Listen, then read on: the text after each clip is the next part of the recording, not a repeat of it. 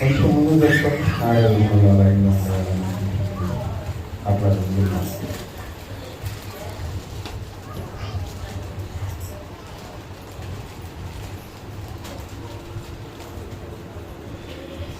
ప్రియులారా, దేవుని వాక్యాన్ని మనం చదువుకుందాం.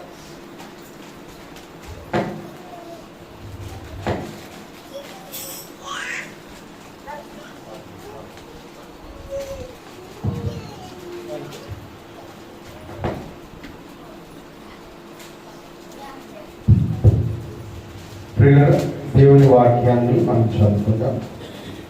ఇవాళ మన కొరకు ఏర్పాటు చేయబడిన వాక్య భాగము సామెతల గ్రంథము 25వ అధ్యాయం. సామెతల గ్రంథం 25వ అధ్యాయం 4వ వచనాన్ని చదువుకుందాం.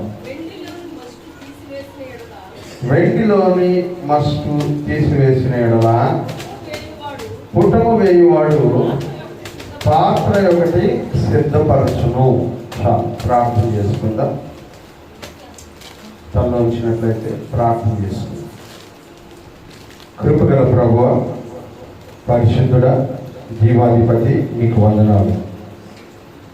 ఈ ఉదయ సమయంలో మీ పరిశుద్ధ సన్నిధిలో మిమ్మల్ని స్తుతించడానికి, ఆరాధించడానికి మీరు ఇచ్చిన ధన్యత కొరకు వందనాలు. ఈ ఆరాధనలో మీ లేఖనాలు నాయన మేము వినడానికి ఆశ కలిగి ఉండగా బోధించినట్లు ఇవాళ మీరు నాకు ఇచ్చిన కృప కొరకు వందనాలు చెల్లిస్తూ ఉన్నాను. నన్ను మీ సిలువ చాటున మరుగుపరచండి. మీ సిలువ ప్రత్యక్షతలో నుంచి మా అందరితో మాట్లాడండి. మీ పక్షంగా నేను నిలబడుతున్నప్పుడు నన్ను మీ సిలువ చాటున మరుగుపరుచుకొని నాయన సంఘములకు అవసరమైనటువంటి ప్రతి మాట నా నోటిలో నుంచి మీ స్వాధీనంలో పెట్టుకొని పలికించమని వింటున్నటువంటి సంఘమును జ్ఞాపకం చేసుకోండి. వినగలిగే చెవి, గ్రహించగలిగే మనస్సు, పాటించగలిగే జీవితాలను మా అందరికీ దయచేయమని యేసుక్రీస్తు వారి శ్రేష్టమైన నామములో ప్రార్థించి స్తుతించి అడిగి వేడుకుంటున్నాము తండ్రి. ప్రియమైన వాళ్ళరా, పరిశుద్ధ గ్రంథంలో నుంచి మనము చదువుకున్న వాక్య భాగము సామెతల గ్రంథంలోని 25వ అధ్యాయము 4వ వచనం. మరొకసారి దాన్ని చదువుదాం. వెండిలోని మస్టు తీసివేసిన ఎడల పుటము వేయువాడు పాత్ర ఒకటి సిద్ధపరచును. ప్రియులారా, ఈ సంవత్సరం మనం ధ్యానం చేసుకుంటున్న ధ్యానాంశము మూలవాక్యం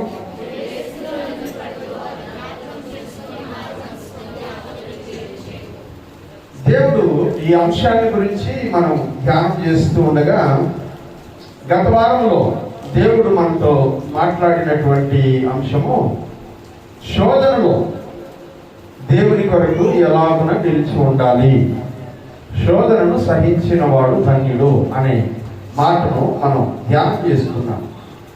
అసలు శోధన అంటే ఏంటి, దాని నిర్వచనాన్ని గురించి గత వారంలో మనం నేర్చుకున్నాం. శోధనను సహించడం ఎలా అనే విషయాన్ని మనం నేర్చుకున్నాం. శోధనను తప్పించుకునేటువంటి మార్గం ఎలా ఉంటుంది అనే విషయాన్ని గురించి మనం ధ్యానం చేసుకున్నాం. అయితే దీనికి ఒక రెండవ భాగాన్ని మనం చూడాలని అనుకున్నాం గత వారంలో. ఆ రెండవ భాగమును ఇవాళ మనం ధ్యానం చేసుకుంటూ ఉన్నాం. ఈ భాగంలో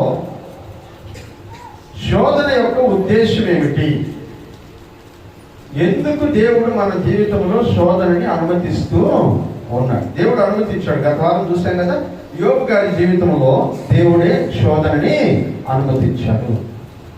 దాని ఉద్దేశం ఏంటి, కారణం ఏంటి? దేవుడే మన మీద ఒక బలమైనటువంటి శోధనని లేకపోతే శ్రమని పెడుతున్నాడంటే దేవుని ఉద్దేశము ఏమై ఉన్నది అనే విషయాన్ని గురించి ఇవాళ మనం ధ్యానం చేసుకునే ప్రయత్నం చేద్దాం. గత రాత్రి కూడా మనం వాక్యంలో చదువుకుంటున్నప్పుడు యోవేలు గ్రంథంలో నుంచి వాక్యం ధ్యానం చేసుకుంటుంటే అందులో ఒక మాట మనకు వినబడింది. అదేంటంటే గొంగళి పురుగులు, చీడ పురుగులు, మిడతలు, పసర పురుగులు ఇవన్నీ ఎవరి సైన్యం అని చెప్పాడు? దేవుని యొక్క మహాసైన్యం అని అన్నాడు. దేవుడే పంపించాడు వాటిని అని ఆయన చెప్పాడు. దాని వెనకాల దేవునికి ఒక ఉద్దేశము ఉంది. దాని వెనకాల దేవునికి ఒక ఉద్దేశం. అట్లాగే ప్రతి మనిషి జీవితంలోనూ శోధన అనే దాన్ని దేవుడు అనుమతించడం వెనకాల కూడా ఒక మంచి ఉద్దేశము దాగి ఉంటుంది. వాక్యంలో మనం చదివాం కదా, దేవుడు ఎట్టి పరిస్థితుల్లోనూ కీడు చేయడానికి శోధించడు. హల్లెలూయా. దేనికి శోధించడంటే మనల్ని కీడు చేయడానికి శోధించడు. మేలు చేత కీడును ఎలా జయించాలో నేర్పించేటువంటి దేవుడు ఆయన. ఆయన మనకు కీడు చేయడానికి శోధించడు. అందుకనే ఎవడైనా శోధించబడుతున్నప్పుడు నేను దేవుని చేత శోధించబడుతున్నానని చెప్పకూడదు అని దేవుని వాక్యంలో మనం చూస్తాం. మరి దేవుడే కదా అనుమతించింది అంటే, దేవుడు అనుమతించినాడు నీ జీవితంలో కీడు లేకపోతే శోధన. ఆ శోధన వెనకాల దేవునికి ఒక ఉద్దేశం ఉంది, దేవునికి ఒక సంకల్పం ఉంది. ఆ ఉద్దేశము, ఆ సంకల్పము మన జీవితంలో మనము తెలుసుకోగలిగితే, శోధన యొక్క ఉద్దేశం మన జీవితంలో నెరవేరితే మనము దేవుని కొరకు అతి ముఖ్యమైనటువంటి వ్యక్తులుగా మార్చబడే అవకాశము ఉంది. ప్రియుల, గత వారంలో మనము కొలిమిలో కాల్చబడుట అనే విషయాన్ని గురించి మనం నేర్చుకున్నాం.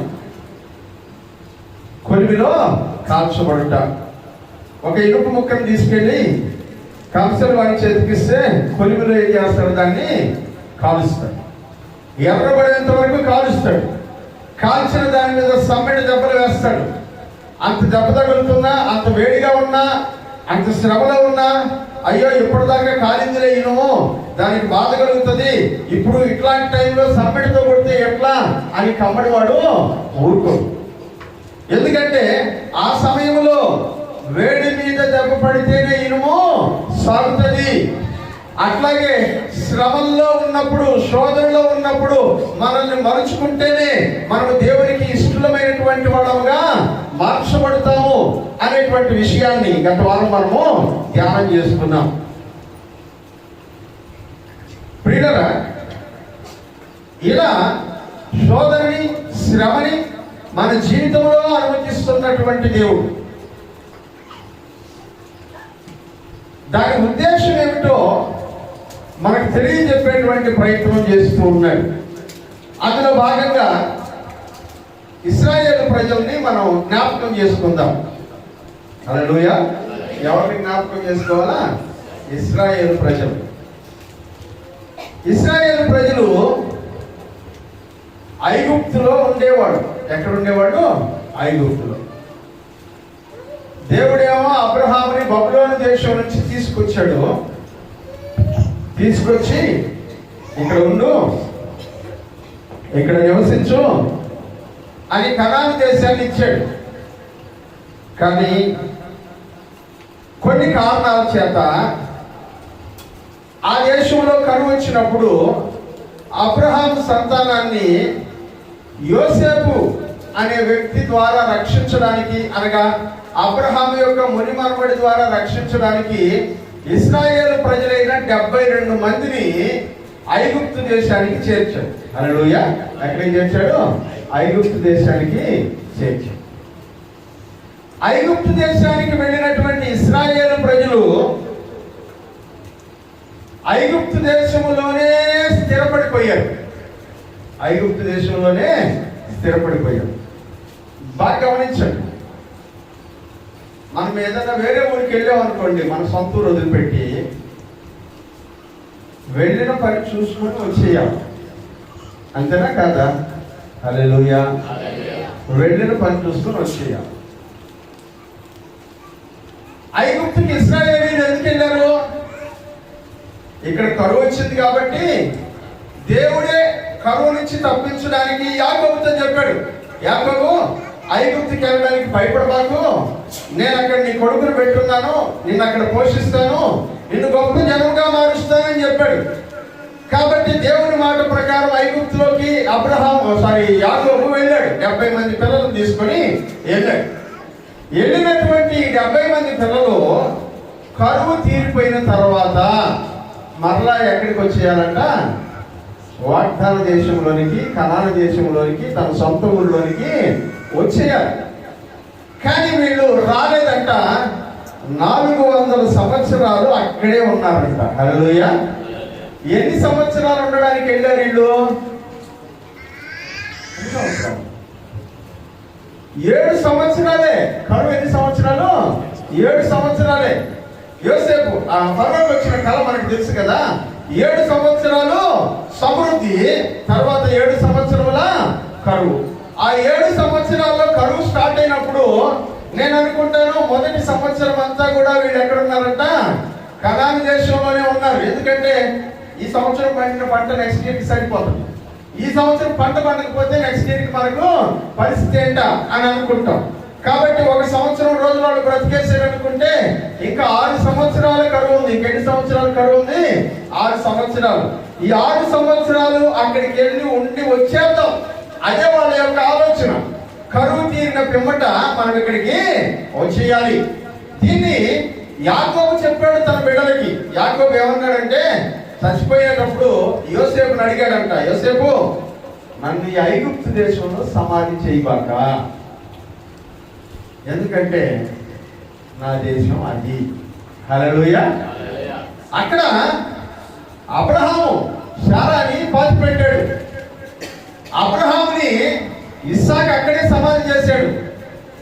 ఇస్సాకుని అక్కడే సమాధి చేశాడు. రెబ్కాని అక్కడే సమాధి చేశాడు. నేను లేయాని మీ పెద్దమ్మని అక్కడే సమాధి చేశాను. అనివార్య కారణాల వల్ల నీ తల్లిని మాత్రము వేరే చోట సమాధి చేయాల్సి వచ్చింది. నన్ను మాత్రం తీసుకెళ్ళి అక్కడే పెట్టు, ఆ సమాధిలోనే పెట్టు, మట్పెల గుహలో పెట్టు. ఎందుకంటే నేను ఇక్కడికి వచ్చింది కరువు సంవత్సరములు తీరిన తర్వాత వెళ్ళిపోవడానికే. హల్లెలూయా. ఇక్కడ ఉండిపోవడానికి కాదు. నా రాజ్యం అది, నా స్వాస్థ్యం అది, దేవుడు నా పిల్లలకి ఇస్తానని చెప్పినది అది. కాబట్టి కరువు తీరిన పిమ్మట నువ్వు ఖచ్చితంగా అక్కడికి తీసుకెళ్ళిపోవాల్సిందే. నేను చచ్చిపోతున్నాను కనుక నా డెడ్ బాడీని ఇక్కడ వదిలేబాక అక్కడికే తీసుకెళ్ళు అన్నాడు. హల్లెలూయా.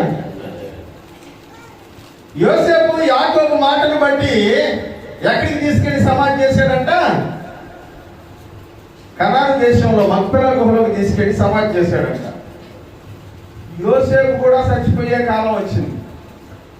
యోసేపు తన తరంలో ఉండబడిన బిడ్డలందరికీ, అంటే తన అన్నదమ్ముల బిడ్డలందరికీ ఒక మాట చెప్పాడు, మీరు ఇక్కడ ఉండకూడదు, ఇక్కడి నుంచి మీరు మరలా వాగ్దాన దేశము, మన పితరులు నివసించినటువంటి దేశము, మన పితరులు సమాధులు ఉండేటువంటి దేశమైనటువంటి కనాను దేశంలోనికే వెళ్ళాలి మీరు. ఇదిగో నేను చచ్చిపోబోతున్నాను, నేను చనిపోయిన తర్వాత నా ఎముకల్ని ఇక్కడ వదిలేయబాకండి, మీరు వెళ్ళేటప్పుడు నా ఎముకల్ని తీసుకొని పోండి అన్నాడు. హల్లెలూయా. అందుకని యెహోషువ, మోషే వీళ్ళిద్దరంట వాగ్దాన దేశం లోపలికి వెళ్ళేటప్పుడు, ఐగుప్తు నుంచి బయటికి వెళ్ళేటప్పుడు యోసేపు యొక్క ఎముకల్ని తీసుకెళ్లారంట. హల్లెలూయా. ఎముకలు కూడా అక్కడ ఉండించడానికి లేదు, అక్కడికే వెళ్ళాలి, ఎందుకంటే అది స్వాస్థ్యం. కానీ కొద్ది రోజులు ఐగుప్తులో ఉన్నటువంటి కారణం చేత ఇశ్రాయేలు ప్రజలు ఐగుప్తుకి అలవాటు పడిపోయారు. హల్లెలూయా. దేనికి అలవాటు పడిపోయినారంట? ఐగుప్తుకి అలవాటు పడిపోయారు. ఐగుప్తులో వాళ్ళు కలిసిపోయారు. ఐగుప్తులో వాళ్ళు కలిసిపోయారు. ఐగుప్తు వాళ్ళలో కలిసిపోయింది, ఐగుప్తు కూడా వాళ్ళలో కలిసిపోయింది. ఇలా ఉన్నటువంటి పరిస్థితులలో దేవుడు ఇశ్రాయేలు ప్రజలని బయటికి తీసుకురావడానికి నిర్ణయం తీసుకున్నాడు. హల్లెలూయా. జాగ్రత్తగా వినాలి. అక్కడ కొద్ది కాలం ఉండడానికి వెళ్ళినటువంటి వాళ్ళు అక్కడ స్థిరపడిపోవాలని అనుకున్నారు. కానీ అది దేవుని ఏర్పాటు కాదు. అక్కడ స్థిరపడడం దేవుని ఉద్దేశం కాదు. కరువు తీరేంత వరకు అక్కడ ఉండడం దేవుని ఉద్దేశము. హల్లెలూయా. కరువు తీరేంత వరకు అక్కడ ఉండడం దేవుని ఉద్దేశం. కరువు తీరిన పిమ్మట యాకోబు చెప్పాడు, యోసేపు చెప్పాడు, మీరు ఇక్కడి నుంచి అక్కడికి వెళ్ళిపోవలసిన వాళ్ళే. పొరపాటున మా దేహం ఇక్కడ ఉండడానికి లేదు, మా ఎముకలు ఇక్కడ ఉండడానికి లేదు, ఇవి మరలా అక్కడికి తీసుకెళ్ళిపోవాలి. మనకు సంబంధించినది ఏది చిన్న డెక్కను కూడా వదిలిపెట్టబాకండి. మొత్తం మన దేవుడు ఇచ్చినవి, మన దేవుడు ఇచ్చిన వాటన్నిటినీ మనం అక్కడికి తీసుకెళ్లాల్సిందే. హల్లెలూయా. కానీ వీళ్ళు అక్కడికి వెళ్ళిపోయిన తర్వాత ఐగుప్తులో కలిసిపోయారు. హల్లెలూయా. ఐగుప్తులో వీళ్ళు కలిశారు, ఐగుప్తుకి వీళ్ళు అలవాటు అయిపోయారు. ఐగుప్తు వాళ్ళలోకి వెళ్ళిపోయింది, ఐగుప్తు వాళ్ళలోనికి వెళ్ళిపోయింది. వాళ్ళు ఐగుప్తు నుంచి బయటకు తీసుకొచ్చేటువంటి క్రమంలో దేవుడు వాళ్ళని శోధించాడు. హల్లెలూయా. ఎందుకు శోధన? ఐగుప్తు నుంచి బయటకు తీసుకొచ్చేసాడు వాళ్ళని, డౌట్ లేదు. ఎర్ర సముద్రం దాటేసిన తర్వాత ఇక ఫరో కానీ, ఫరో యొక్క సైన్యం కానీ, ఫరో యొక్క గుర్రం కానీ, ఫరో యొక్క రథం కానీ వాళ్ళని ఏమీ చేయలేకపోయింది. సరిహద్దులు దాటేశారు.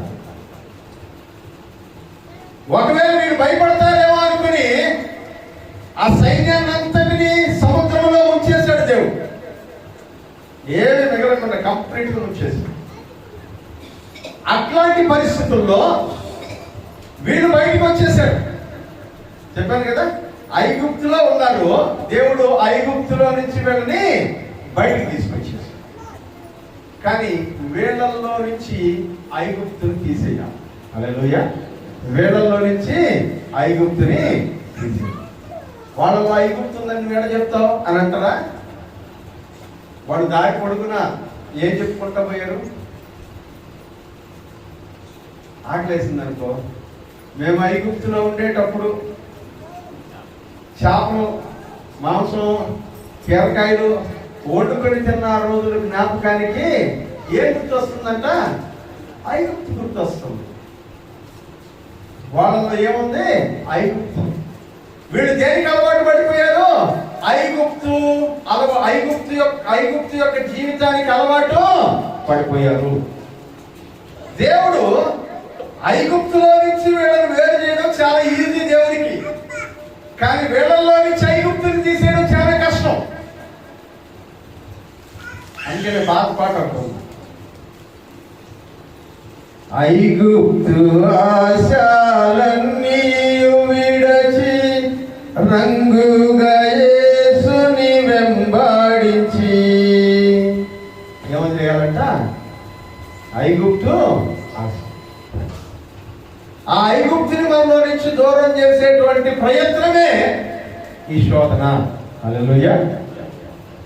మీకు అర్థం అవడం కోసం ఒక ఉదాహరణ చెప్తా.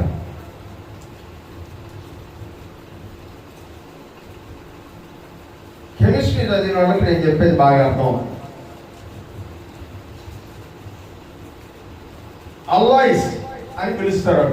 అల్లా కాదు, అల్లాయి. అల్లాయిస్ ఎవరికి గుర్తొచ్చింది? ఇది ఎవరికి గుర్తురాదు అసలు. ఆ పదం కూడా మేము వినాల అంటారా? ముడి ఖనిజము. ఏంటది? ముడి ఖనిజం. ఉదాహరణకి ఇనుము తయారు చేయాలనుకోండి. ఇనుము ఎక్కడ ఉంటుంది చెప్పండి? భూమిలో ఉంటుంది. ఆ మధ్యకాలంలో మన పోర్టులోకి ఐరన్ ఓర్ వచ్చింది. మనకు అందరికీ తెలుసు, ఐరన్ పొడి. అది ఇనుమేనా? ఇనుమే. కానీ ఎట్లా ఉంటుంది? అది మట్టిలాగా, ఉలకరాళ్ళలాగా ఉంటుంది. దాన్ని ఇనుముగా అట్లాగే వాడేసుకోవడానికి వీలైపోతుందా? దాన్ని అంతటినీ స్ట్రైట్గా చక్కగా పూసేసి దాన్ని ఆరబెట్టేస్తే ఇనుము అయిపోతుంది? కాదు. దాని లోపల చాలా రకాల మలినాలు ఉన్నాయి. చాలా రకాల మలినాలు ఉన్నాయి. ఈ ఇనుము పొడిలో నుంచి, ఆ ఖనిజంలో నుంచి ఇనుముని సపరేట్ చేయాలి. ఇనుము కట్టుకున్నటువంటి అనేకమైనటువంటి మలినాలని దానిలో నుంచి తొలగించేసిన తర్వాత మాత్రమే ఈ ఇనుముగా నిలబడుతుంది. హల్లెలూయా. బంగారు గనిలో బంగారం ఎట్లా చేస్తారు తెలుసా? అట్టే కమ్మలు, చైన్లు, బాస్లెట్లు, సరుళ్ళు దాచిపెట్టుంటారు కొండలో. లేదు, అదొక రాయి. ఏంటంట? రాయి, క్వార్ట్జ్ అనే రాయి. ఆ క్వార్ట్జ్ అనేటువంటి రాయిని తీసుకొని దానిలో నుంచి బంగారాన్ని తీస్తారు. బంగారం దానిలో ఉంది, కానీ అది బంగారము కాదు. దానిలో ఉన్నటువంటి బంగారాన్ని బయటికి తీయాలంటే దానికి అతుక్కొని ఉన్నటువంటి అనేక రకాలైన మలినాలను బయటికి తీయాలి. మనకందరికి బాగా అలవాటైంది పెట్రోల్. ఏం అలవాటైంది? పెట్రోల్. అది లేకపోతే బండి నడవదు. పెట్రోల్ని భూమిలో నుంచి తీస్తారు. భూమిలో నుంచి తీసిన పెట్రోల్ అట్లాగే పోసేసుకుంటున్నావా? లేదు, దాన్ని రకరకాలుగా ఏం చేస్తున్నామంట? ప్యూరిఫై చేసి అవసరం లేని విషయాలన్నిటినీ దానిలో నుంచి తీసేసి పెట్రోల్ని ఉత్పత్తి చేసుకొని దాన్ని మన కొరకు ఉపయోగించుకుంటూ ఉన్నాము. అంటే ప్రతిదీ కూడా ముడి ఖనిజమే. ఉదాహరణకి ముడి చమురులో నుంచి పెట్రోల్ వస్తుంది, తర్వాత డీజిల్ వస్తుంది, తర్వాత కిరసనాయిల్ వస్తుంది, లాస్ట్ లో వచ్చే పదార్థం థార్. ఈ 4 బై ప్రోడక్ట్స్ అంటారు వీటన్నిటిని. వీటిని తయారు చేస్తారు. దాంట్లో నుంచి ఒక్కొక్కటి వేరు చేసుకుంటూ వస్తారు. మలినాలన్నింటినీ తీసివేయడం ప్రారంభిస్తారు. ఆ మలినాలు తొలగిపోయినటువంటి దానిని ప్యూరిటీ, పరిశుద్ధత, పవిత్రత అని పిలుస్తారు. హల్లెలూయా. ప్రియమైనటువంటి వాళ్ళరా, ఐగుప్తీయులు దేవుని బిడ్డలే. హల్లెలూయా. ఐగుప్తులో ఉండబడినటువంటి ఇశ్రాయేలు జనాంగము దేవుని ప్రజలే. ఇప్పుడు వాళ్ళని దేవుని బిడ్డలుగా పిలిచేటువంటి స్థాయికి, దేవుని ప్రజలని పిలిచేటువంటి స్థాయికి వాళ్ళని తీసుకుని రావాలంటే వాళ్ళు ఏ దేశంలో ఇంతకాలం నివసించారో ఆ ఐగుప్తు నుంచి మొదట దూరం చేయాలి. ఆ తర్వాత ఐగుప్తు యొక్క ఆశలను దూరం చేయాలి. వాళ్ళలో ఉండేటువంటి ఐగుప్తుని దూరం చేయాలి. అవన్నిటినీ దూరం చేసేటువంటి క్రమంలో దేవుడు మనల్ని శోధిస్తూ ఉన్నాడు. హల్లెలూయా. మనమందరం దేవుని పిల్లలం, దేవుని ప్రజలం. ఈ లోకములో నుంచి దేవుడు మనల్ని వేరు చేశాడు. ఆయన పరిశుద్ధ రక్తంతో మనల్ని విమోచించాడు, మనల్ని పవిత్రపరిచాడు. వీళ్ళు నా బిడ్డలు అని పేరు పెట్టి పిలిచాడు. కానీ దేవుని రాజ్యములో మనల్ని ప్రవేశపెట్టే లోపల ఆయన మనలో ఉండబడిన లోకాన్ని తీసేయాలి. హల్లెలూయా. మనలో ఉండబడినటువంటి లోక ఆశను తీసేయాలి, మనలో ఉండేటువంటి లోకాన్ని తీసేయాలి. అలా మనలో ఉన్నటువంటి లోకాన్ని తీసివేయడానికి దేవుడు మనల్ని ఏం చేస్తున్నాడంట? శోధిస్తూ ఉన్నాడు. హల్లెలూయా. శోధన వెనకాల ఉన్నటువంటి ముఖ్య ఉద్దేశం ఇదే. దేవుడు మనల్ని పరీక్షించడం వెనకాల ఉన్నటువంటి ఉద్దేశము ఇదే. శ్రమ కలుగు చేయడం వెనకాల ఉన్నటువంటి ఉద్దేశము ఇదే. ఇశ్రాయేలు ప్రజలు బయలుదేరినప్పుడు 6 లక్షల మంది పురుషులు, 6 లక్షల మంది స్త్రీలు, 6 లక్షల మంది పిల్లలు, వృద్ధులు ఒక 6 లక్షల మంది, మొత్తం 25 లక్షల మంది దగ్గర బయలుదేరి వచ్చారు. ప్యూరిఫికేషన్, దేవుడు వాళ్ళని పరిశుద్ధపరిచేటువంటి క్రమంలో ఎంతమంది మిగిలారంట? చెప్పండి. 25 లక్షల మందిలో ఫిల్టర్ చేస్తే ఎంతమంది మిగులుతారంట? 2. మన సంఘాన్ని కూడా ఫిల్టర్ చేస్తే ఎంతమంది మిగులుతాం? మన సంఘాన్ని ఫిల్టర్ చేస్తే ఎంతమంది మిగులుతాం? ఐగుప్తు తమలో కలిగిన ప్రజలందరూ నశించారు. ఐగుప్తును వదిలివేయలేని ప్రజలందరూ నశించారు. హల్లెలూయా. ఐగుప్తుని వదిలేయలేని వాళ్ళు ఒక ఉంది. ఇక ఇక్కడ ఉండకూడదు, బయటికి వెళ్ళిపోండి అని చెప్తే వెనల దేవుడు బలవంతంగా బయట తీసుకొచ్చి పెట్టాడు, వెళ్ళిపోండి అన్నాడు. కానీ ఆమె దాన్ని వదిలిపెట్టుకోవడం ఇష్టం లేకుండా పోయిందా. దేవుడు చెప్పాడు వెనక్కి తిరిగి చూడదాకన్నా.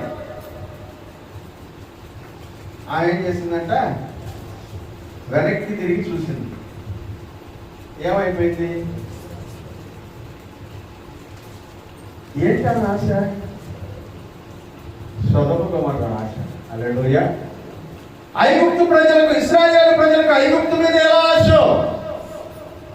అలాగే దేని మీద ఆశ అంట? సొదొమ గొమొర్రా మీద ఆశ. వాక్యంలో అంటాడు కదా, లోతు భార్యను జ్ఞాపకమునకు. వాక్యంలో అన్నాడు కదా, ఏశావుని జ్ఞాపకము చేసుకోండి. వాక్యంలో అంటున్నాడు, అరణ్యములో నశించిపోయిన ఇశ్రాయేలీయులను జ్ఞాపకం చేసుకోండి. వాళ్ళు మనసంతా దేని మీద ఉండిందంట? చెప్పండి చెప్పండి. మీ మనసు కాదు, వాళ్ళ మనసు దేని మీద ఉండింది? ఐగుప్తు మీద. దేని మీద ఉండింది?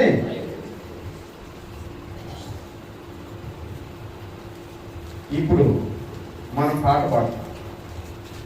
ఏమని పాడతాం? మనసంతా నీ కోసమే యేసయ్యా, మది నిండా నీ రూపమే.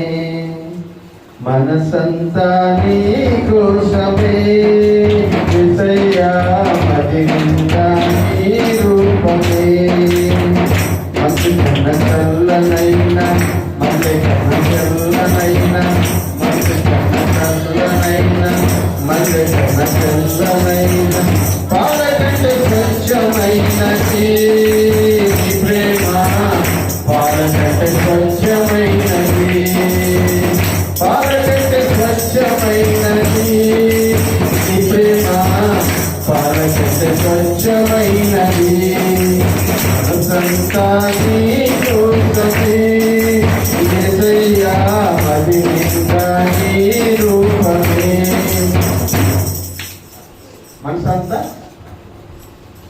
ఎవరి కోసం చెప్పాలా? ఎవరి కోసం? ఎవరి కోసం? దేవుని కోసం. హల్లెలూయా. మనసంతా దేవుని కోసం అయితే ఆ రోజు 6 లక్షల మంది ఎందుకు చచ్చిపోయారు? మనసంతా దేవుని కోసం అయితే ఆ రోజు ఆమె ఉప్పు స్తంభం ఎందుకైంది? మనసంతా దేవుని కోసం అయితే ఏశావు ఎందుకు ఆశీర్వాదాన్ని పోగొట్టుకోవలసి వచ్చింది? మనసంతా దేవుని కోసం అయితే మనం ఎందుకు దేవునికి అనుగుణంగా ఉండలేకపోతున్నాం? ప్రియులారా, శోధనకి కారణం ఇదే. మనలో దేవునికి ఐగుప్తు కనబడుతుంది, మనలో దేవునికి సొదొమ ఆశలు కనబడుతున్నాయి, మనలో దేవునికి ఏశావు వలె మాంసాపేక్ష కనబడుతుంది, మనలో దేవునికి లోకాన్ని వెంబడించేటువంటి ఆలోచన కనబడుతుంది, మనలో దేవునికి లోకములో మునిగిపోయినటువంటి జీవితం కనబడుతుంది. అందుకనే దేవుడు మనల్ని శోధించే ప్రయత్నము చేస్తూ ఉన్నాడు, లేదా శ్రమలకు గురి చేసేటువంటి ప్రయత్నము చేస్తూ ఉన్నారు. ఎన్ని సంవత్సరాలంట? 40 సంవత్సరాలు అరణ్యంలో. ఎన్ని సంవత్సరాలు వాడు? 40 సంవత్సరాలు. ఈ 40 సంవత్సరాల్లో జరిగిన విషయం ఏంటంటే, 20 సంవత్సరాలు మొదలుకొని పైప్రాయం కలిగిన వాళ్ళందరూ చచ్చిపోయారంట. హల్లెలూయా. ఆ 20 సంవత్సరాల కంటే ఎక్కువ వయసు కలిగి బ్రతికి ఉన్నటువంటి ప్రజలందరూ కూడా ఏ వైపుకి వెళ్ళిపోయారంట? ఐగుప్తుని తమలో దాచుకున్న వాళ్ళంటే. వీళ్ళందరూ ఎవరు? ఐగుప్తుని తమలో దాచుకున్న వాళ్ళు. మీలో ఐగుప్తు ఉంది. హల్లెలూయా. ఉందనేవాళ్ళు నిజమే, మాలో ఐగుప్తు ఉందనేవాళ్ళు ఒకసారి చేయొద్దండి. Praise the Lord. హల్లెలూయా. మిగతా వాళ్ళందరిలో లేదు రాజా, ఐగుప్తు ఉంది మాకు. హల్లెలూయా. ఎట్లాంటి ఐగుప్తులు ఉన్నాయో చెప్తాను. మనలో ఉన్నటువంటి ఐగుప్తు ఎట్లాంటిదో చెప్తాను. ఇందాక ఒకటి చెప్పాను కదా, ఐగుప్తు వాళ్ళకి నీళ్లు చూసినా, ఇశ్రాయేలు ప్రజలకి నీళ్లు చూసినా ఏం గుర్తొస్తుందంట? ఐగుప్తు. ఐగుప్తులో ఉండుంటే నైలు నది నీళ్లు తాగుతున్నాం మేము.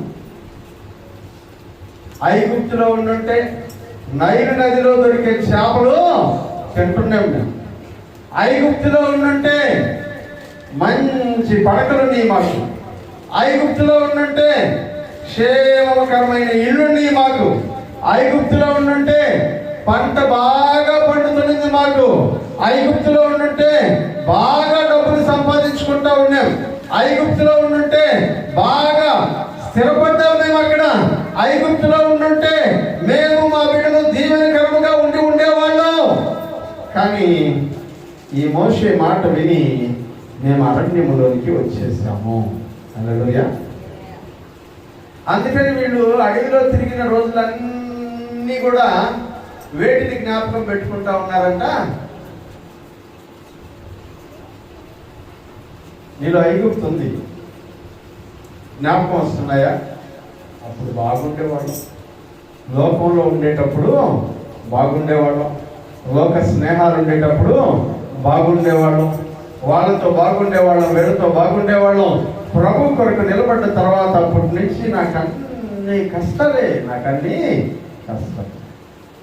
ప్రియులారా, శోధించబడుతూ ఉన్నాము. హల్లెలూయా. శోధించబడుతూ ఉన్నాము. ఆ శోధనకు గురి చేస్తున్నటువంటి వాడు దేవుడు. మేలు కొరకు శోధించేటువంటి వాడు దేవుడు. మనలో నుంచి పవిత్రతను ఆశించి దేవుడంట శోధనను మనకు అనుగ్రహిస్తూ ఉన్నాడని దేవుని వాక్యంలో మనము చూస్తూ ఉన్నాం. ప్రియమైనటువంటి వారులారా, అలా అంటున్నారు. ఇక్కడ అన్నం లేదు, నీళ్లు లేవు, పడక లేదు, నిద్ర లేదు, పాములు కనబడుతున్నాయి, శత్రువులు ఉన్నారు, విషయం కనబడుతుంది. ఎక్కడ కొంచెం కూడా సేఫ్టీ లేకుండా పోయింది. జీవితానికి ఒక సెక్యూరిటీ లేకుండా పోయింది. ఈరోజు ఏడుంటున్నాం, రేపు ఇంకో దగ్గర ఉంటున్నాం, ఒక స్థిర నివాసం లేకుండా పోయింది. ప్రియమైన వాళ్ళారా, ఐగుప్తీయులు ఇట్లాగే అనుకున్నారు. ఇశ్రాయేలు ప్రజలు ఐగుప్తు నుంచి బయటకు వచ్చిన వాళ్ళు ఇట్లాగే అనుకున్నారు. వీళ్ళలో నుంచి ఐగుప్తును తీసేయడమే దేవుని ఉద్దేశము. హల్లెలూయా. వీళ్ళలో నుంచి ఎవరిని తీసేయడం దేవుని ఉద్దేశం అంట? ఐగుప్తుని తీసేయడం దేవుని ఉద్దేశం. నీలో నుంచి కూడా లోకాన్ని తీసివేయడం దేవుని ఉద్దేశము. ఆ దేవుని ఉద్దేశమును నెరవేర్చుకోవడానికి ఆయన నిన్ను కొంచెం శ్రమ పెడుతున్నాడు, శోధిస్తున్నాడు, నలగగొడుతూ ఉన్నాడు, ఇబ్బందికర పరిస్థితుల్లోనికి నడిపిస్తూ ఉన్నాడు. ఎందుకంటే నువ్వు పరిపూర్ణుడుగా మార్చబడాలనేది దేవుని ఉద్దేశము. హల్లెలూయా. నేను పరిపూర్ణతలోనికి నడిపించేది దేవుని ఉద్దేశం. చదువుకుందాం. 1 పేతురు పత్రిక 1వ అధ్యాయం 7వ వచనం చదువుతాం.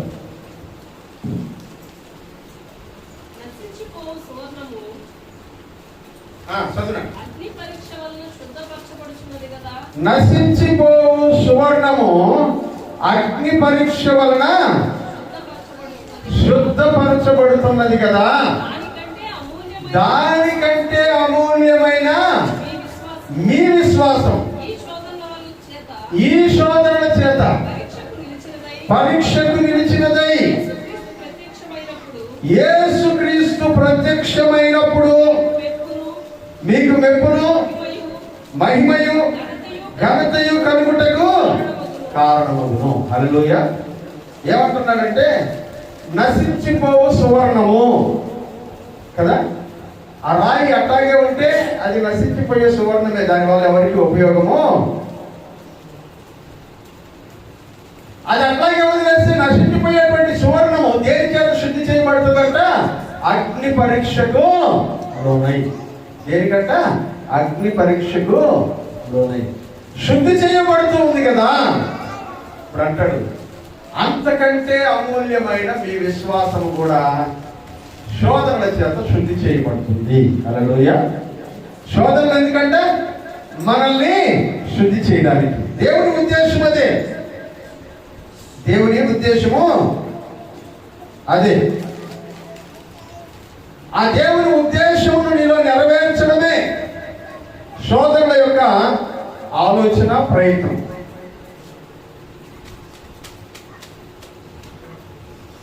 రాబోతున్నటువంటి తరంలో విశ్వసించబోయేటువంటి వాళ్ళకి ఎగ్జాంపుల్ గా ఉండడమే నేను పరిశుద్ధపరచడంలో ఉన్నటువంటి ఉద్దేశం. అబ్రహాము గురించి ఎందుకు మాట్లాడుకుంటున్నాం? ఆయన శ్రమ పడ్డాడు, పరిశుద్ధపరచబడ్డాడు. మోషే గురించి ఎందుకు మాట్లాడుకుంటున్నాం?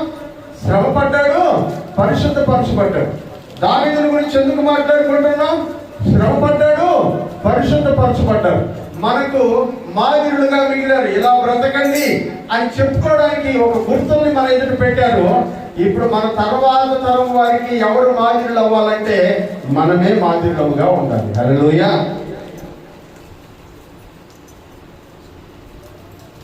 అదే శ్రమంలో ఉన్నటువంటి ఉద్దేశం.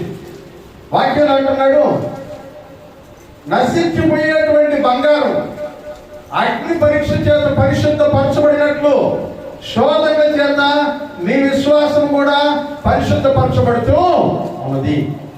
ఎందుకంటే మనలో ఇంకా దేవునికి ఇష్టం లేని కార్యములు కనబడుతూ ఉన్నాయి కనుక వాటిని ఎంత తొందరగా మనం వదిలేస్తామో అంత తొందరగా మనం ప్యూరిఫై అయిపోతాము. హల్లెలూయా. అంత తొందరగా మనం పరిశుద్ధులం అవుతాం. పరిశుద్ధులుగా మార్చబడిన తర్వాత, దేవునికి సాటిస్ఫాక్షన్ వచ్చేసిన తర్వాత ఇక మనల్ని ఎటువంటి శోధన ఉండదు మన జీవితంలో. హల్లెలూయా. అందుకని ఆయన చెప్పారు, ఇక మీద ఎటువంటి శోధన. అందుకని నా జనుడు ఇక ఎన్నటికీ సిగ్గును అందరూ యోగ గ్రంథంలో మనం నా జనుడు ఇక ఎన్నటికీ. ఎందుకంటే ఇప్పటిదాకా శోధన, ఇప్పటిదాకా శ్రమ, ఇప్పటిదాకా ఇబ్బంది, అగ్ని పరీక్షలో కొలిమిలో దేవుడు వాళ్ళని పరిశుద్ధ పరిచేసాడు, అయిపోయింది. వాటిని ఎలా మారాలని దేవుడు కోరుకున్నాడు అలా మారిపోయిన తర్వాత ఇక నీ జీవితంలో శోధన ఉండదు. హల్లెలూయా. ఆ మారేటువంటి పరిస్థితి వచ్చేంత వరకు మాత్రమే శోధన. దేవుని కొరకు నిన్ను మార్చుకునేంత వరకు శోధన నీ జీవితంలో నిలిచిపోతుంది. ప్రియులారా, అయితే దేవుడు మనల్ని పరిశుద్ధపరచవలసినటువంటి విషయాలు కొన్ని ఉన్నాయి. వాటిని గురించి కొన్ని నిమిషాలు మాట్లాడి మనం ముగించుకుందాం. అన్నిటికంటే ముఖ్యంగా మనం పరిశుద్ధపరచబడవలసినటువంటి విషయాలు. దాన్ని చెప్పడానికి ముందు దేవుడంట తనను తానే పరిశుద్ధపరచుకున్నాడంట. హల్లెలూయా.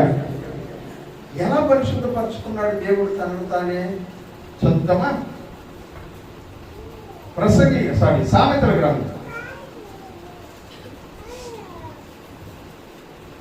సామెతల గ్రంథం 30వ అధ్యాయం 5వ వచనం. దేవుని మాటలన్నీ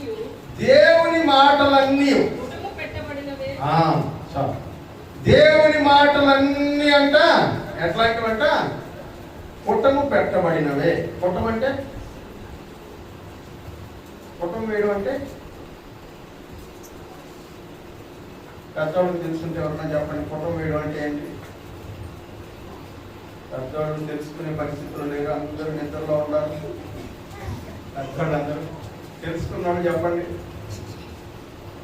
పుట్టం వేయడం అంటే కింద మంట పెట్టి మనకు కావలసిన వస్తువుని ఏం చేస్తారంట, దాంట్లో వేసి వేడి చేస్తారు. దాంట్లో ఉండే ఇంప్యూరిటీస్ అన్ని బయటికి తీసి పడేస్తారు. దాన్నే పుట్టం వేయడం. మీకు అందరికీ అర్థమయ్యే భాష ఇంకోటి చెప్తా. నేను చిన్నప్పుడు, ఇప్పుడు వస్తున్నారో లేదో నాకు తెలీదు, నేను చిన్నప్పుడు మన ఇంట్లో పగిలిపోయినటువంటి సత్తు గిన్నెలు చాలా ఉండేవి. వాడేసి పనికి రాకుండా చిరులు పడిపోయిన సత్తుగిళ్ళు ఉంటాయి. మనం దేన్ని పాడి మూట కట్టి పెట్టుకుంటూ ఉంటాం, మూట కట్టి పెట్టుకుంటూ ఉంటాం. అడిగితే అది మా అమ్మ తీసిచ్చింది నాకు గుర్తు, ఇది మా నాయన తీసిచ్చాడు నాకు గుర్తు, ఇది మా తాత తీసిచ్చాడు నాకు గుర్తు అని చెప్తా ఉంటాం. అవి పనికిరావు మనకు తెలుసు, ఉపయోగపడవు మనకు తెలుసు, అవి జ్ఞాపకాలని పెట్టుకుంటూ ఉంటాం. కొద్ది రోజులకు మనకి విసుగొచ్చేస్తుంది వాటి మీద. విసుగొచ్చేసిన తర్వాత మన ఊరికి అప్పుడే కొత్తగా బొమ్మలు తయారు చేసేవాడు వస్తారు. వాళ్ళు ఏం చేస్తారంటే మీ దగ్గర ఉండే పాత వస్తువులు తెచ్చిస్తే మేము బొమ్మలు చేసిస్తాం అని అంటారు. మీరేం చేస్తారు, ఈ ఎట్ట పోతే పోయినలే మనకు కొత్త బొమ్మలు వస్తున్నాయి కదా అని చెప్పి ఈ పాత అన్ని తీసుకెళ్ళి వాళ్ళ చేతికి ఇస్తే వాళ్ళు పెద్ద బాండలు పెట్టుకుంటారు, కింద బాగా మంట పెట్టి ఆ బాండల్లో నువ్వు ఇచ్చినటువంటి ఆ సత్తు గిన్నెలన్నీ వేసేస్తాడు. అవి కరిగిపోతూ ఉంటాయి నీ కళ్ళ ముందే, బాగా ఉడుకుతూ ఉంటే పైన నొరగ తేలుతూ ఉంటుంది. ఆ నొరగంతటిని వాడు గిన్నెతో తీసి పక్కన పడేస్తూ ఉంటాడు. చివరికి ఇక నురుగు రానటువంటి స్టేజ్ లో తెలిపోవడం స్టార్ట్ అయిన తర్వాత ఏం చేస్తాడంటే ఆ బాండలను తీసి నువ్వు ఏ బొమ్మ చేయమంటావో ఆ బొమ్మకి వాడి కింద అచ్చు పోసుకుంటాడు. ఆ అచ్చులో దీన్ని పోస్తాడు. పోసిన తర్వాత నువ్వు ఇంతకు ముందు ఉన్నటువంటి ఆ రూపం పోయి కొత్త రూపం వచ్చేసి కొత్తగా తలతల్లాడేటువంటిదిగా మారుతుంది. ఈ ప్రాసెస్ లో ఏం జరిగిందంటే కింద మంట బాండల్లో కాలుతా ఉంది, పైన చాలా రకాలైనటువంటి మలినాలు నొరగా ఉంటాయి. ఆ నొరగ పక్కకి నెట్టేసేంత వరకు దీన్ని లోపల పెట్టదు, మరుగుతూనే ఉంటుంది. మనకేమో టెన్షన్, మందంతా కింద పడిపోతుంది అనుకుంటాం, నొరగ తీసి పడేస్తుంటే. కానీ పనికిరాందే వాడు తీసి పడేస్తుంటాడు.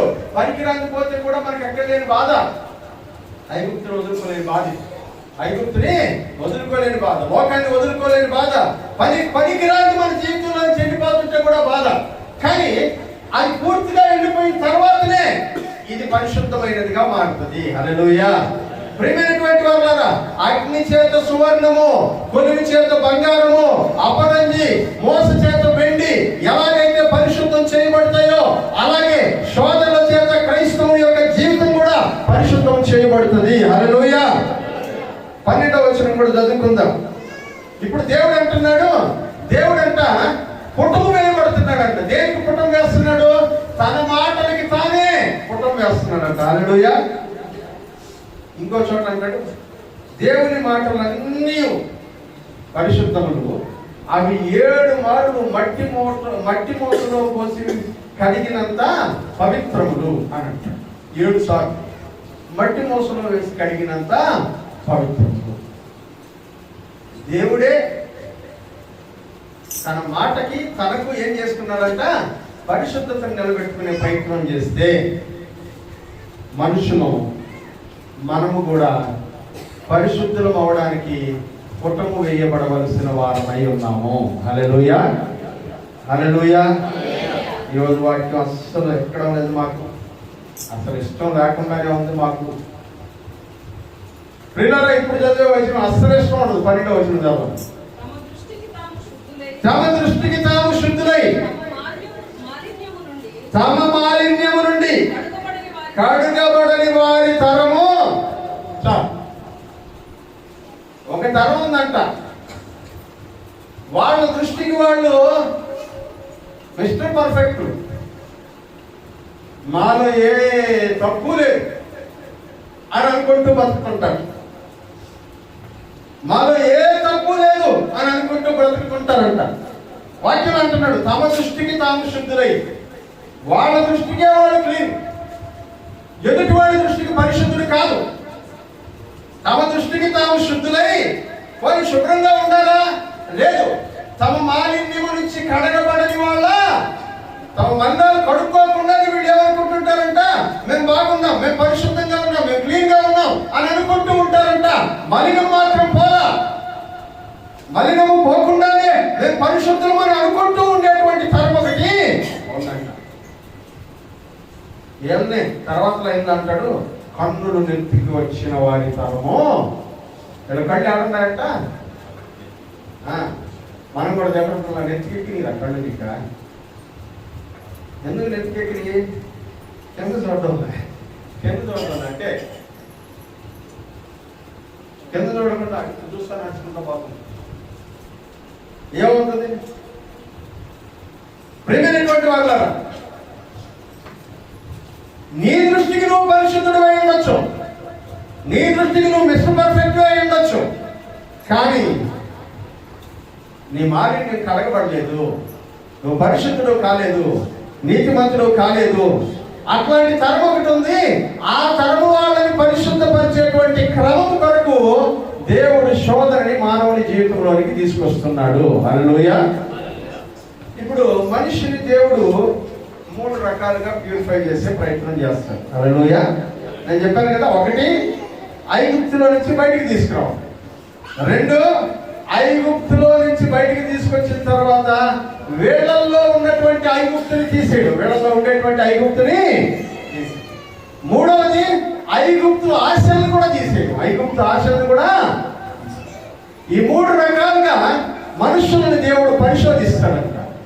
మనల్ని కూడా అలాగే దేవుడు పరిశోధిస్తున్నాడు, సంఘమును కూడా దేవుడు అలాగే పరిశోధిస్తున్నాడు. అందుకని దేవుడు ఏం చేస్తాడంటే, అన్నిటికంటే మనిషి జీవితంలో ముఖ్యమైనటువంటి భాగం ఒకటి ఉంది.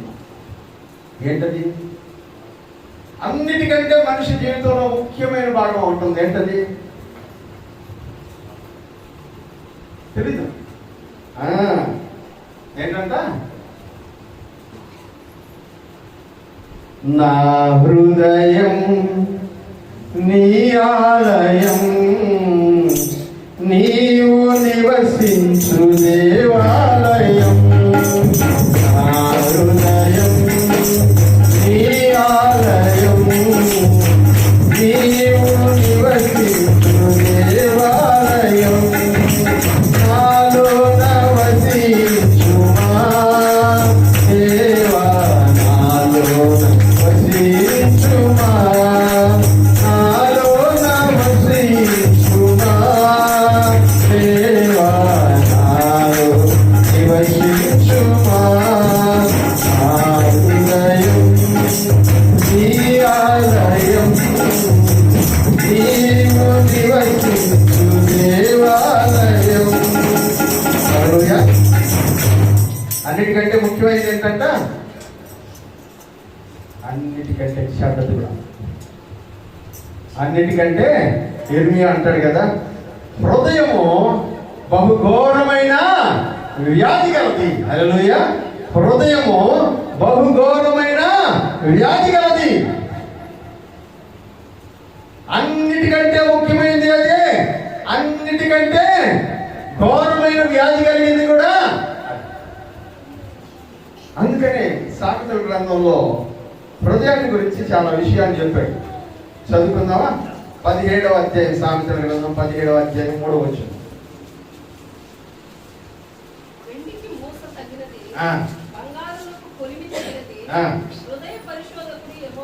హల్లెలూయా.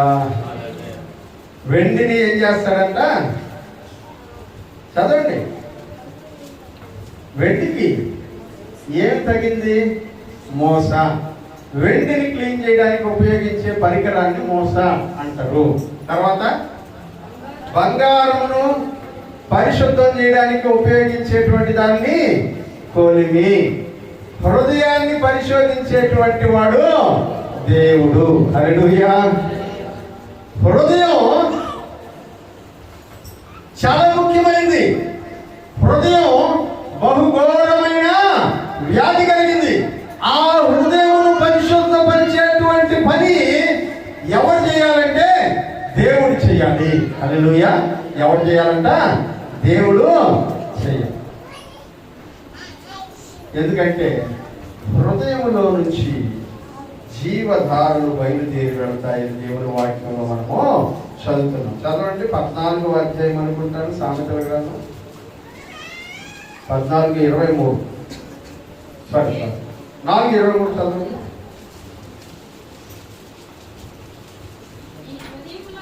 నీ హృదయంలో నుండి జీవధారలు బయలు వెళ్ళును. కాబట్టి అన్నింటికంటే ముఖ్యముగా దేన్ని భద్రం చేసుకోవాలంట? అన్నిటికంటే ముఖ్యంగా దేన్ని భద్రం చేసుకోవాలంట? హృదయము. భద్రం చేసుకుంటున్నావా? పరిశుద్ధంగా ఉంచుకుంటున్నావా? క్లీన్గా ఉంచుకుంటున్నావా? వాక్యం అన్నాడు, అన్నిటికంటే ముఖ్యంగా భద్రం చేసుకోవాల్సింది హృదయమే. అన్నిటికంటే కూడా ఘోరమైన వ్యాధి కలిగింది హృదయమే. అన్నిటికంటే ముఖ్యమైనది హృదయమే. ఈ హృదయం పరిశుద్ధపరచబడ్డానికి ఒక్క ఆయన వల్లే సాధ్యమవుతుంది. అది దేవుని వల్ల మాత్రమే. హల్లెలూయా. అది దేవుని వల్ల మాత్రమే. హృదయ పరిశోధకుడు యెహోవాయే. అందుకనే దావీదుకి ఈ విషయం తెలిసి 139వ కీర్తన 23, 24 వచనాల్లో ఇట్లా అంటున్నాడు. చదవండి. 139వ కీర్తన 23, 24 వచనం. దేవా ఏం చేయాలంట? నన్ను పరిశోధించి. ఏం తెలుసుకోవాలంటే దేవుడు? నా హృదయమును తెలుసుకో. నన్ను పరీక్షించి నా ఆలోచనలు తెలుసుకో. నీకు ఆయాసకరమైన మార్గము నా యందున్నదేమో. దావీదు అడుగుతున్నాడు, ఏమంటున్నాడంటే, దేవా నన్ను పరిశోధించి నా హృదయము తెలుసుకో. అంటే ఏం చెప్తున్నాడో తెలుసా? ఒకసారి హార్ట్ స్కానింగ్ చేయకూడదు. ఏం చేయాలంట? Heart scan. ఒకసారి బ్రెయిన్ స్కాన్ చేయకూడదు. మన సిటీ స్కాన్లో, ఎంఆర్ఐ స్కాన్లో ఎముకలు, దాంట్లో ఉండే మెదడు, పేగులు అవి కనబడతాయి. కనబడని ఇంకా చాలా ఉన్నాయి. ఆ కనబడనటువంటి వాటిని చూడగలిగేటువంటి కన్నులు ఎవరికి ఉన్నాయంట? దేవునికి ఉన్నాయి. హల్లెలూయా. అగ్ని జ్వాల సమములైనటువంటి ఆయన నేత్రాలు మనల్ని పరిశీలిస్తూ ఉన్నాయి. హల్లెలూయా. ప్రకటన గ్రంథంలో ఆయన నేత్రాల గురించి మాట్లాడుతూ ఏమని రాస్తున్నాడంట? ఆయన కన్నులు అగ్ని గోళములోనే ప్రకాశించుచు ఉండెను.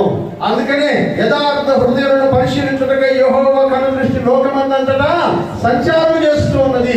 దేవుడు హృదయములను పరిశోధించేటువంటి వాడు, హృదయమును చూసేటువంటి వాడు. ఆ హృదయములో ఏమి ఉన్నదో చూసి దాన్ని క్లీన్ చేయమని ఎవరిని అడుగుతున్నాడంట? దేవుణ్ణి అడుగుతున్నాడు. దావీదు అడుగుతున్నాడు, దేవా నా హృదయమును చూడు, నా మైండ్, నా బ్రెయిన్ ఒకసారి చూడు. ఈ రెండిట్లో నీకు ఇష్టం లేని విషయాలు ఏమైనా ఉన్నాయేమో అవన్నీ క్లీన్ చేయి. అవన్నీ క్లీన్ చేయి. అంత ఈజీనా క్లీన్ చేయడం? హార్ట్ లో ఏదైనా బ్లాక్ ఉంది అనుకోండి, ఆ బ్లాక్ క్లీన్ చేయడం ఏం చేస్తారు? ఒకప్పుడు కోసేసి ఓపెన్ చేసి ఎక్కడైతే బ్లాక్ ఉందో ఆ బ్లాక్ దగ్గర ఆ నర్వ్ని కట్ చేసేసి ఒక ట్యూబ్ పెట్టి మళ్ళీ అతికిచ్చేసి పంపించేవాడు. ఇప్పుడు అది ఎంత కష్టం. ఇక్కడంతా కోసేసి కంప్లీట్గా ఓపెన్ చేసి లోపల ఉండే గుండెకి కొంచెం బయటకు లాగి మనకేమో మత్తు. ఒకవేళ బతికుంటే ఒకవేళ ఆ టైంలో కనుక మనకి కళ్ళు తెలుసుకొని చూస్తా, లేకపోతే ఆ నొప్పి మనకు తెలుస్తా ఉండుంటే, నొప్పి తెలియకపోయినా కూడా కనీసం దాన్ని చూసే అవకాశం మనకు ఉంటే అట్లే వెళ్ళిపోతాం. మళ్ళీ రామ్మ అట్లాంటి పరిస్థితి కదా. అట్లాంటిది మనకు తెలియకుండా అంత విపరీతమైనటువంటి ప్రొసీజర్ చేస్తే కానీ బాగవుతుంది. ఇప్పుడు కొంచెం బెటర్. ఇప్పుడు ఏం చేస్తున్నారంట? యాంజియో. ఏం చేస్తున్నారు? యాంజియోప్లాస్టీ చేస్తున్నారు. యాంజియోప్లాస్టీ అంటే ఏంటి? మన తొడల్లో ఉండబడినటువంటి గుండెకి వెళ్ళేటువంటి నరము, లేకపోతే చేతిలో నుంచి గుండెకి వెళ్ళేటువంటి నరము ఒక దానిలోనికి ఒక చిన్న వెయిన్ని పంపించి, ఒక చిన్న మిషన్ ని పంపించి, ఆ మిషన్ ద్వారా మెడిసిన్ లోపలికి వెళ్తా ఉంటది. ఎక్కడైతే బ్లాక్ ఉందో ఆ బ్లాక్ దగ్గరికి వెళ్ళి ఆ మందు ఆ గట్టిగా ఉన్నటువంటి భాగాన్ని అట్లా బ్లాస్ట్ చేస్తుంది. బ్లాస్ట్ చేసిన తర్వాత అదంతా చిన్న చిన్నదిగా కరిగిపోయి బ్లడ్ లో నుంచి మళ్ళీ రిటర్న్ వచ్చేసి బయటికి వచ్చేస్తుంది. దాన్ని ఏమంటున్నారంటే యాంజియోప్లాస్టీ స్టంట్ అని చెప్తున్నారు. ఇంకొక భాషలో చెప్పాలంటే ఏం చేస్తారు? ఆపరేషన్ అయిపోయిన తర్వాత చూడంతా నొప్పి, కాలు నడవలేము, చెయ్యి పైకి ఎత్తలేము యాంజియోప్లాస్టీ అయిపోయిన తర్వాత. ఎందుకంటే చాలా నొప్పి, చాలా పెయిన్ఫుల్ ప్రొసీజర్. ఒకవేళ అది లోపలికి పోయేటప్పుడు కూడా నీకు మర్చిపోకుండా ఉంటే ఎట్లుంటది? మనకుగా మన పిల్లకాయ చిన్న పిల్లకాయ అమాన్యానో ఇండియానో ఎప్పుడన్నా అట్ట పొరపాటు నీ గోడుతో అట్ట తగిలినాను తిరిగి నీకు మాత్రం అట్లా అంటుంది. నేను రావచ్చు నాకు తెలియదు, కానీ నేను అంటున్నా ఆ మాత్రం తెలియడం నీక ఏం తీసుకుందంట? యాంజియోప్లాస్టీ తీసుకుంటే అంత కష్టం ప్రియులారా. వీటికంటే కూడా కనబడని విషయాలను పరిశోధించేటువంటి దేవుడు. హల్లెలూయా. అవి బయటికి రావాలంటే అంట హృదయాన్ని నలగొట్టాలంట. హల్లెలూయా. హృదయాన్ని నలగొట్టాలంట. ఎట్లా నలగొట్టాడో తెలుసా దేవుడు? దావీదుని నలగొట్టాడు. హల్లెలూయా. దావీదుని నలగొట్టాడు. దావీదుకి చాలా టైం ఇచ్చాడు దేవుడు, చాలా టైం ఇచ్చాడు. మనం అనుకుంటున్నాం దావీదు రాత్రి పాపం చేస్తే పొద్దున్నే నాతాన్ని పంపించి గద్దించాడు అని. లేదు, దావీదు పాపం చేశాడు, ఆవిడ ఇంటికి వెళ్ళిపోయింది. తర్వాత ఆవిడ గర్భవతి 3 నెలల తర్వాత ఆయనకు వర్తమానం వచ్చింది, నేను గర్భవతి అయిందని చెప్పిచ్చింది బత్షెబా. అప్పుడు ఎవరికి పిలిపించాడంట? ఊరియాని పిలిపించాడు. ఊరియాని పిలిపించి ట్రై చేశాడు, ఆవిడతో కాపురం చేయించడానికి ప్రయత్నించాడు, కుదరలా. ఆ తర్వాత ఊరియాని చంపించేశాడు, అదే అయిపోయింది. ఆ తర్వాత 9 నెలలు ఆవిడ గర్భం పూర్తి అయిపోయిన తర్వాత ప్రసవం అయిపోయింది.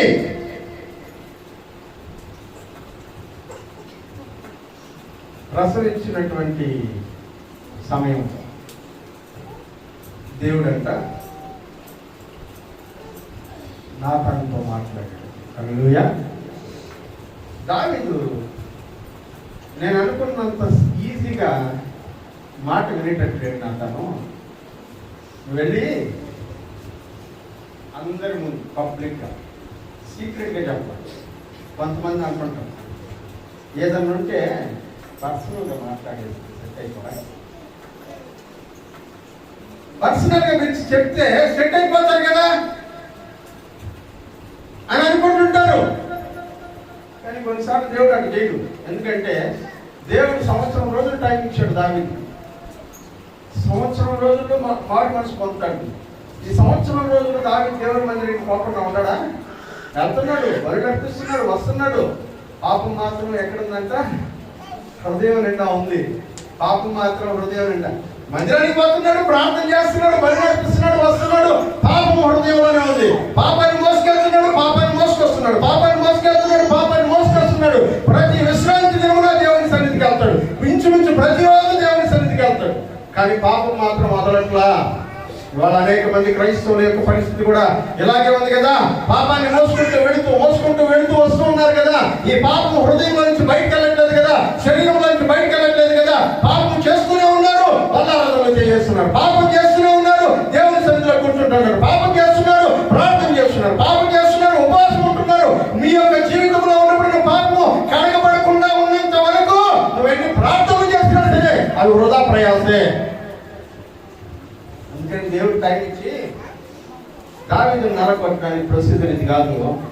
అతను నువ్వు వెళ్ళి రాజమందిరంలో దావీదు ఉండేటప్పుడు పబ్లిక్ గా జనాలందరూ, మంత్రులు, అతని యొక్క సైన్యాధ్యక్షులు ఎవరెవరైతే ఉంటారో వాళ్ళందరి ముందుకు వెళ్ళిపోయి దావీదు పాపం ఏంటో చెప్పేసిరా.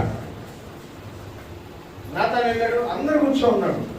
రాజుగారి సభ అంటే ఎంతమంది ఉంటారు కదా, వాళ్ళందరూ కూర్చో ఉంటే దావీదు మహారాజా నాకు ఒక చిన్న పరిష్కారం చేయాలి, ఒక సంఘటన జరిగింది మా ఊళ్ళో, దానికి నేను తీర్పు చెప్పాలి, పరిష్కారం చేయాలి, హెల్ప్ చేసుకోవాలంటే అని చెప్పండి అన్నాడు. నాతాను ప్రవక్త చెప్పడం మొదలుపెట్టాడు. ఒక ధనవంతుడికి మా ఊర్లో 100 కొద్ది గొర్రెలు ఉన్నాయి. అలాగే వాడి ఇంటి ఎదురుగా ఒక పేదడు ఉన్నాడు, వాడికి ఒకటే ఒక గొర్రె ఉంది. వాడు దాన్ని తన బిడ్డలాగా రాత్రి పూట పడుకునేటప్పుడు వాడి పక్కన పడుకుంటుంది, అన్నం వాడే తినిపిస్తాడు, దానికి అంత జాగ్రత్తగా చూసుకుంటున్నాడు. ఈ గొర్రెల మందలున్నోడి ఇంటికి చుట్టం వచ్చినాడు. ఆ చుట్టం వచ్చినప్పుడు వాడికి భోజనం పెట్టాలనుకున్నప్పుడు వాడి మందల్లో ఉండే గొర్రె పిల్లలను తీసి పెట్టకుండా ఎదురించోడు గొర్రె పిల్లలను నరికి వాడికి విందు చేసినాడు. ఏం చేయాలి వాడిని అన్నాడు. రాజు కోపం వచ్చేసింది.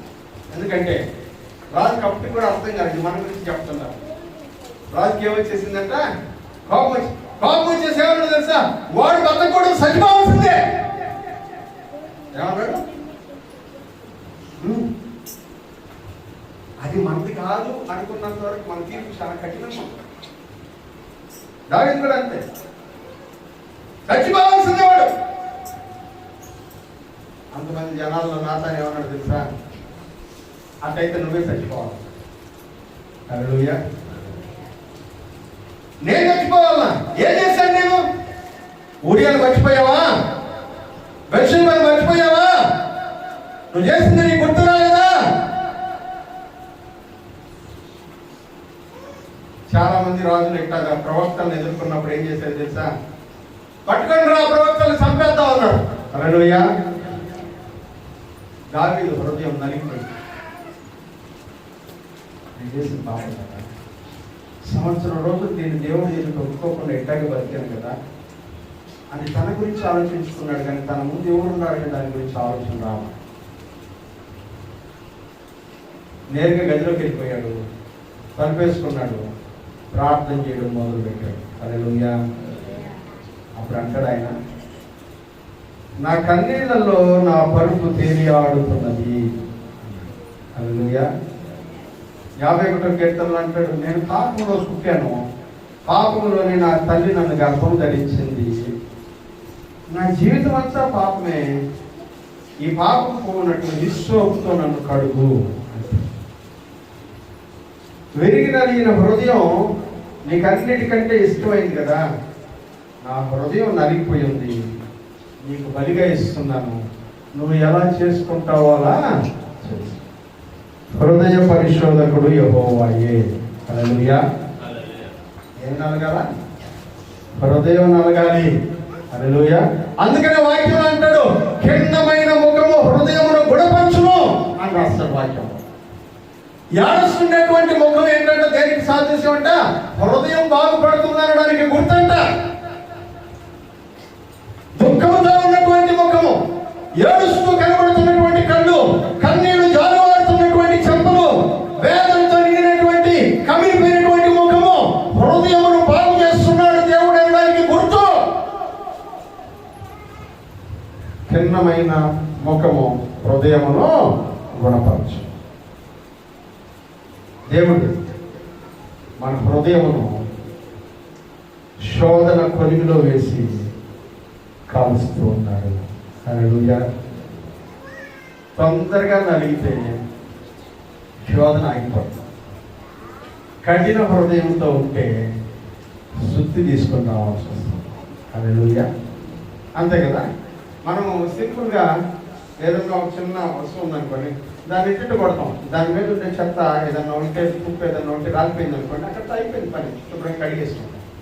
పోలేదనుకోండి, దానికంటే స్ట్రాంగ్ అయింది ఇంకోటి తీసుకొస్తాం. అట్లాగే మన హృదయాల్లో ఉండేటువంటి పాపం, మన హృదయాల్లో ఉండేటువంటి అపవిత్రత, దేవునికి ఇష్టం లేనటువంటి కార్యములు, అసహ్యమైనటువంటి విషయాలు, ద్వేషము, క్రోధము, మత్సరము, అంతే కదా. వాక్యంలో అంటాడు, మార్క్స్ వార్త 7:21 లోపలి నుండి అనగా మనుషుల హృదయంలో నుంచి దురాలోచనలను, జాగ్రత్తములను, దొంగతనములను, నరహత్యలను, వ్యభిచారములను. చదవండి ఎంతసేపా? ఏమేమి వస్తున్నాయి గుర్తుపెట్టుకోండి. దురాలోచనలు, జాగ్రత్తములు, దొంగతనములు, నరహత్యలు, వ్యభిచారములు, లోభమును, చెడుతనమును, కృత్రిమమును, కామ వికారమును, మత్సరమును, దేవదూషణయు, అహంభావమును, అవివేకమును వచ్చును. ఈ చెడ్డవన్నీ లోపలి నుండి బయలు వెళ్ళి మనుష్యుని అపవిత్రపరుస్తూ. ఇవన్నీ ఎక్కడ ఉన్నాయంట? లోపల నుంచి, లోపల నుంచి, లోపల నుంచి. ఇప్పుడు దాన్ని కడిగే పనిలో దేవుడు ఉన్నాడు. హల్లెలూయా. నీ హృదయమును కడిగే పనిలో దేవుడు ఒకవేళ మిమ్మల్ని శ్రమ పెడుతున్నాడు అనే విషయం మీకు అర్థమైతే, శోధిస్తున్నాడు అనే విషయం మీకు అర్థమైతే దేవునికి స్తోత్రం చెప్పండి. ఎందుకంటే దేవుడు నిన్ను పరిశుభ్రపరిచే పనిలో ఉన్నాడు, నీ హృదయాన్ని శుభ్రం చేసేటువంటి పనిలో ఉన్నాడు. అది ఎంత పరిశుభ్రంగా మారుస్తాడంటే ఆయన అంటున్నాడు, హిమము కంటే తెల్లగాను, గొర్రెబుచ్చు కంటే తెల్లగాను నేను మారుస్తాను అంటున్నాడు. దేవునికి స్తోత్రం కలుగును గాక. హల్లెలూయా. రెండవదిగా దేవుడు పరిశుద్ధపరిచేటువంటి మరొక ముఖ్యమైన భాగం హృదయం. తర్వాత నెక్స్ట్ ఇంపార్టెంట్ పార్ట్ ఏంటి? మనకు వచ్చేసారు చెప్పండి. మనకి తెలుసు, మనకి బాగా తెలుసు మన గురించి ఏంటంటే హృదయం తర్వాత అంత ఇంపార్టెంట్ పార్ట్ ఏంటంట?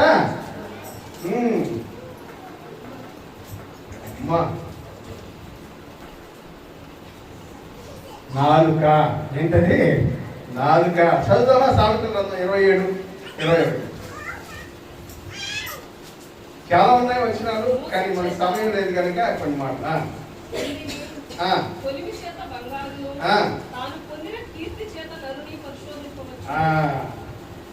దేంతో అంట? మోస చేత వెండిని, ఇందాక చదివాం కదా. రెండవది బంగారం చేత, కొలిమి చేత బంగారమును. ఉండండి, ఇందాక చదివిన వాక్యానికి దీనికి డిఫరెన్స్ ఏంటి? రెండు లైన్లు ఒకటే, లాస్ట్ లైన్ ఒకటే మారుతుంది. ఏంటది? హృదయ పరిశోధకుడు యెహోవా. ఇప్పుడు ఏం చెప్తున్నాడు చూడండి, తాను పొందిన కీర్తి చేత నరుణ్ణి పరిశోధించవచ్చు.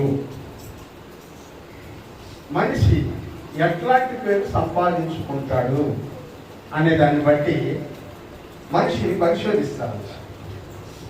హృదయాన్ని దేవుడు, మనిషి జీవితాన్ని, కీర్తి, మనం సంపాదించుకున్నటువంటి మంచి పేరు పరిశోధిస్తాం. సామెతల గ్రంథం 30వ అధ్యాయం, సామెతల గ్రంథం 35:6 వచ్చిన చదువుకున్నా. మరొక ఒకసారి చదువు.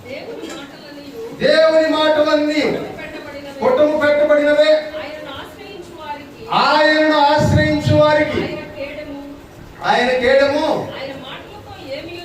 ఆయన మాటలతో ఏమీ చేర్చదు. ఆయన గద్దించునేమో, అప్పుడు నీవు అబద్ధం. ఏం చెప్పుకున్నాడు దేవుడు? మాటలతో ఏమీయో చేర్చవద్దు. ఇంప్యూరిటీస్ ఎలా వచ్చిందో అలాగే మాట్లాడు. నీ దగ్గరికి న్యూస్ ఎట్లా వచ్చిందో అట్లే మాట్లాడు. టెక్స్ట్ బుక్ లో నేనేం చదివాను? క్వశ్చన్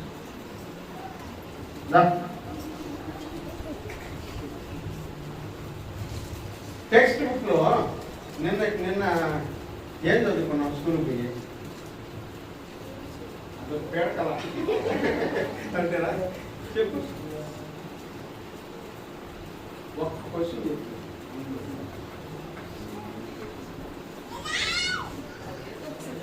ఏదో ఏ సబ్జెక్ట్ అయినా ఒక్క క్వశ్చన్, అది ఏ సబ్జెక్ట్ ఉన్నా కూడా మనకి తెలియదు. చెప్పు. ఏం గుర్తున్నాడా? బ్లాంక్ అయిపోతుంది. ఈ రోజు కూడా చదువు గురించి అడిగితే ఎట్లా అంకులు అంటున్నారా? ఇప్పుడు విన్యా నిన్న ఒక క్వశ్చన్ చూసింది, అక్కడ చదివింది, రేపు పొద్దున ఎగ్జామ్కి పోయి రాస్తుంది క్వశ్చన్కి ఆన్సర్. రాసిన తర్వాత 5 మార్క్స్ ఆ క్వశ్చన్కి ఉంటాయి. ఏం రాస్తుంది? రాసిన తర్వాత వాళ్ళ మాస్టర్ గారు 3 రాస్తాడు. ఎందుకని? దానిలో ఉండాల్సిన 4-5 లైన్లు ఎత్తేసి ఉంటుంది, మనకు కలపాల్సిన 4-5 లైన్లు కొత్తగా కనిపిస్తుంది. అందుకని అది ప్యూర్ కాదు, కరెక్ట్ కాదు, పర్ఫెక్ట్ కాదు. పర్ఫెక్ట్ కాదు కాబట్టి ఏమైపోయిందంట, దానికి పూర్తి మార్కులు బాగా కొట్టేస్తారు. ఇప్పుడు దేవుడు నీతో ఏదైనా చెప్తున్నప్పుడు దాన్ని అట్లాగే, దానికి ఏం చేర్చబడ. అట్లాగే నీతో ఎవరైనా ఏమైనా చెప్తున్నప్పుడు దాన్ని అట్లాగే మాట్లాడు, దానికి ఇంకేమి చేర్చబడ. చేరిస్తే అది ఏమైపోద్దంట, మలినం అయిపోద్ది. హల్లెలూయా. చేరిస్తే ఏమైపోద్ది, మలినం అయిపోద్ది. మనం ఏం చేస్తామంటే, మనకు తెలిసిన మాటకి కొంచెం ఫుడ్ కలర్, కొంచెం మసాలా, టేస్టీగాను కలర్ఫుల్గాను ఉండడానికి ఏమేమి కావాలో అవన్నీ చేర్చేసి ఎదుటోడ ఇంత మంచి ప్లేట్లో పెట్టి ఎర్రగడ్డ, నిమ్మకాయ, సాల్ట్ గార్నిష్ చేసి మరీ పెడతాం. అబ్బో, అవతలోడికి ఎంత టేస్ట్ ఉంటుందో మీరు పెట్టే ఫుడ్ కదా. నాలుక అగ్నియే. హల్లెలూయా. యాకోబు పత్రిక 3వ అధ్యాయంలో చూడండి. యాకోబు పత్రిక 3వ అధ్యాయం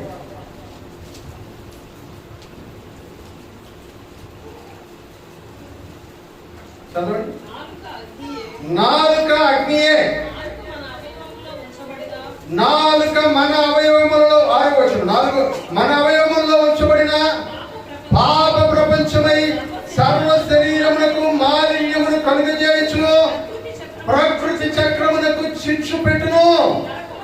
నరకము చేత చిచ్చు పెట్టబడును. నాలుక అగ్ని, నాలుకని కాల్చేసేది ఏంటంట? నరకము. హల్లెలూయా. వాక్యంలో కీర్తనకారుడు అంటాడు, నాలుక మీద దేవుడంట తంగేడు నిప్పులతో కాల్చేస్తాను అంటాడు. ఏ నిప్పులతో అంట? చదవండి ఒకసారి దాన్ని. కీర్తన గ్రంథం 14వ అధ్యాయం 15వ అధ్యాయం అనుకుంటాను.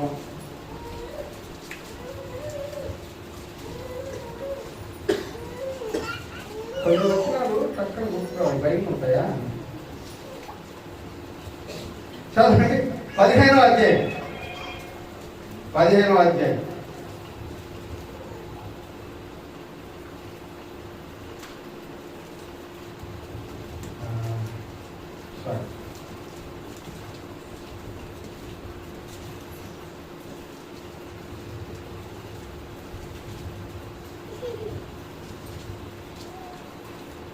ఇంకో చోట వాక్యంలో అంటాడు, నాలుక అగ్ని వంటిది, దేవుడు అంట దాన్ని ఏం చేస్తాడంట? తంగేడు నిప్పులతో కాల్చివేయును అని అంటాడు. నాలుకని దేవుడు ఏం చేస్తాడంట? కోసివేయును. వెంకములాడు పెదవులను దేవుడు కోసివేయును అనేటువంటి మాట మనకు అక్కడ కనబడుతుంది. ప్రియమైనటువంటి వాళ్ళ దేవుడు అంటున్నాడు. రెండవదిగా దేవుడు పరిశుద్ధ పరచాలనుకునేటువంటి అంశం ఏమిటంటే నాలుక. ఏంటంట? నాలుక. అందుకని యెషయా భక్తుడి పెదాల మీద ఏం పెట్టాడంట దేవుడు? అగ్ని. ఇర్మియా పెదవులతో ఏం పెట్టాడంట? అగ్ని. యెహెజ్కేలు పెదవులకి ఏం పెట్టాడంట? దేవుని వాక్యం అనేటువంటి గ్రంథము. ఇలా అనేక మందిని దేవుని వాక్యం అనేటువంటి అగ్ని వాళ్ళ పెదవులకు తగలడం వలన వాళ్ళ పెదవులు పరిశుద్ధం అవుతాయి. హల్లెలూయా, హల్లెలూయా. అందుకనే నేను చాలాసార్లు చెప్పుకున్నా, ఇప్పటికే మళ్ళీ చెప్తున్నా, వాక్యం చదువుకునేటప్పుడు సీక్రెట్గా మనసులో చదువుకోవాలండి. గట్టిగా మీ పెదాలకి ఆ పదాలు తగిలేటట్టుగా చదవండి, పరిశుద్ధపరచబడతాయి. హల్లెలూయా.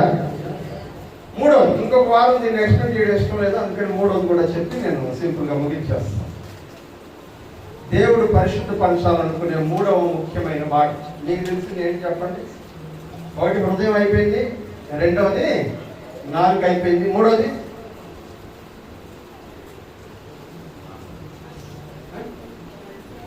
కళ్ళు. ఓకే, అది కూడా అనుకోవచ్చు. నెక్స్ట్ ఏంటంట? ఇది ఏంటంట? చెవులు. వీటిని దేవుడు పరిశుద్ధపరుస్తాడు. కొంతమందికి చెవుల్లో ఊరికే దూరం పెడతా ఉంటుందంట, ఊరికే. అందుకని పూర్వకాలంలో కోడిలు వాడుకునేవాళ్ళు ఈ మధ్య కాలంలో బడ్స్ కొనుక్కుంటున్నారు.